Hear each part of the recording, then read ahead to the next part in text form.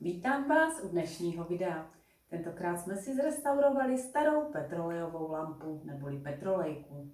Petrolejka se skládá z několika částí, a to z litinového podstavce, nádržky na petrolej, držáku plochého knotu, regulačního kolečka, skleněného cylindru a ještě stínidla.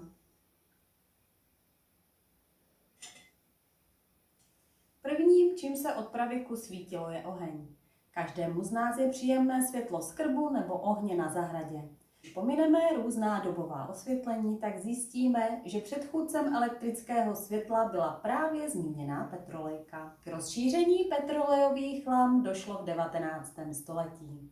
Za vynálezce petrolejky je považován polský chemik Jan Josef Ignác Łukaševič.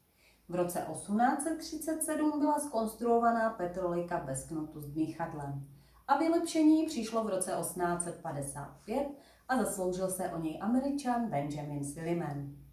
Dnes petrolejové lampy patří minulosti, setkáme se s nimi už jen výjimečně. Nejspíš bychom je ale neměli zatracovat, protože nám pořád můžou sloužit jako nouzové osvětlení v případě výpadku elektřiny.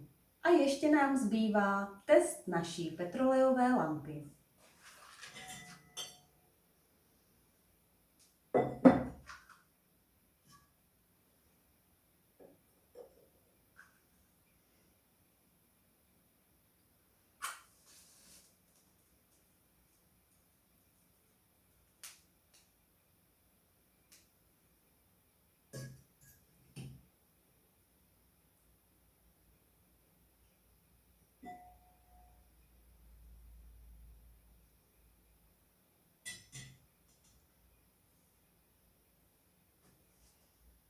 A to je pro dnešek vše. Pokud se vám video líbilo, dejte nám svůj odběr, like, sdílejte s přáteli a napište komentář. Děkujeme všem našim Patreonům a těším se na vás opět u příštího videa.